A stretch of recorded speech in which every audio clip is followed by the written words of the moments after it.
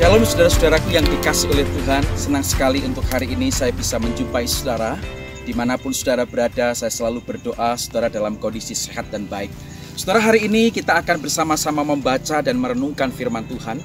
Tetapi sebelumnya kita akan berdoa terlebih dahulu. Mari kita berdoa.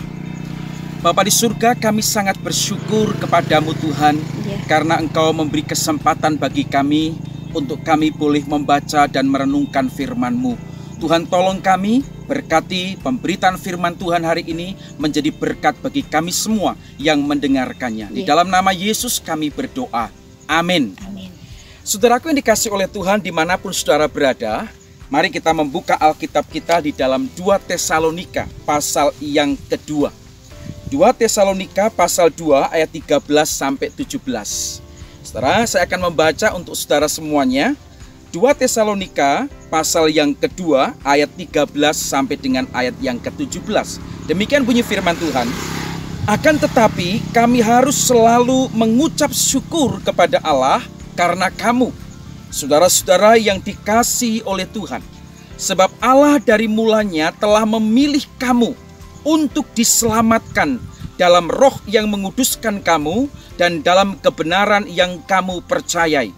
Untuk itulah Ia telah memanggil kamu oleh Injil yang kami beritakan, sehingga kamu boleh beroleh kemuliaan Yesus Kristus Tuhan kita. Sebab itu, berdirilah teguh dan berpeganglah pada ajaran-ajaran yang kamu terima dari kami, baik secara lisan maupun secara tertulis. Dan Ia, Tuhan kita Yesus Kristus dan Allah Bapa kita, yang dalam kasih karunia-Nya telah mengasihi kita dan yang telah menganugerahkan penghiburan abadi dan pengharapan baik kepada kita, kiranya menghibur dan menguatkan hatimu dalam pekerjaan dan perkataan yang baik. Saudaraku yang dikasihi oleh Tuhan, surat Tesalonika ini adalah surat yang ditulis oleh Rasul Paulus yang ditujukan secara khusus kepada orang-orang Kristen di Tesalonika. Saudara sekalian dikasih oleh Tuhan, ada sesuatu yang menarik dalam surat ini, saudara. Kalau saudara membaca di dalam 2 Tesalonika pasal pertama ayat yang ketiga, Rasul Paulus juga berkata hal yang sama. Kami wajib selalu mengucap syukur kepada Allah. Apa dasar ucapan syukur dalam pasal yang pertama? Ucapan syukur Rasul Paulus adalah oleh karena iman dan kasih jemaat di Tesalonika makin bertumbuh dan makin bertumbuh. Tetapi saudara, di dalam pasal yang kedua ayat yang ke-13, Rasul Paulus berkata hal yang sama. Tetapi kami harus selalu mengucap syukur kepada Allah. Nah, saudara, kenapa harus mengucap syukur kepada Allah? Dan mengapa Rasul Paulus mengungkapkan syukurnya itu?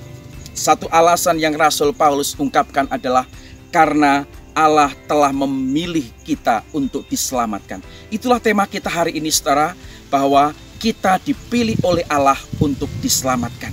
Saudara, siapakah kita? Siapakah saudara? Siapakah saya? Sehingga kita ini adalah orang yang dipilih oleh Allah. Dipilih untuk apa? Untuk diselamatkan. Dan itulah saudara sekalian dikasih oleh Tuhan yang disadarkan oleh Rasul Paulus yang ingin disampaikan kepada jemaat di Tesalonika. Supaya mereka tahu bahwa mereka adalah orang-orang yang dipilih oleh Allah. Dipilih untuk diselamatkan. Demikian pula dengan saya dan saudara. Kalau hari ini saudara adalah bagian dari umat Allah, saudara adalah orang yang percaya kepada Yesus, saudara adalah orang-orang yang dipilih oleh Allah dari mulanya. Untuk apa? Untuk diselamatkan. Kita orang berdosa. Kita tahu semua bahwa upah dosa adalah maut. Tetapi karena Tuhan telah memilih saudara, Tuhan telah memilih saya, maka kita dipilih untuk diselamatkan. Saudara, mungkin kita berkata, oh haleluya, puji Tuhan. Cukup sampai di situ? Tidak, saudara. Ternyata Rasul Paulus berkata hal yang selanjutnya di dalam ayat yang ke-15. Kita sudah dipilih diselamatkan.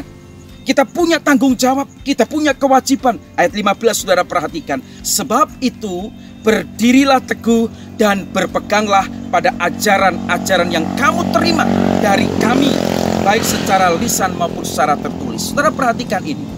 Rasul Paulus mengingatkan jemaat di Tesalonika. Memang mereka sudah dipilih untuk diselamatkan. Tetapi ada satu tanggung jawab. Supaya mereka tetap berdiri teguh. Mereka tetap mantap imannya. Dan mereka tetap berpegang dan setia kepada ajaran firman Allah yang hidup.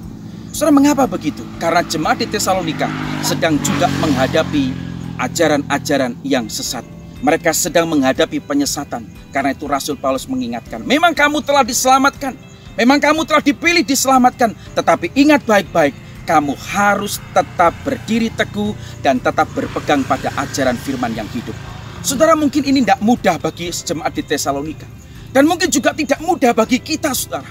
Tetapi Rasul Paulus berkata di dalam ayat yang ke-17, kiranya Allah yang menghibur akan menguatkan hatimu di dalam pekerjaan dan perkataan yang baik. Saudara, kita tidak berjuang sendiri. Untuk kita menghadapi kehidupan di sekitar kita, kita tidak bersendirian. Ada Kristus, ada Yesus, ada Roh Allah yang selalu akan menghibur dan menguatkan kita.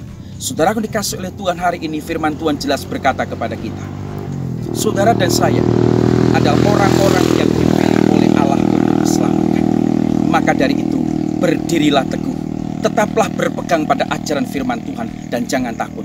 Tuhan Yesus akan selalu menyertai dan menguatkan saudara dan saya. Tuhan Yesus memberkati. Kita berdoa. Bapa di surga, terima kasih untuk kebenaran firman-Mu pada hari ini. Sekali lagi Tuhan, kami bersyukur kepadamu Tuhan, karena Engkau telah memilih kami pada mulanya untuk kami boleh diselamatkan. Dan semua itu Tuhan kami alami di dalam kehidupan kami. Kami mengalami anugerah Tuhan, sungguh luar biasa.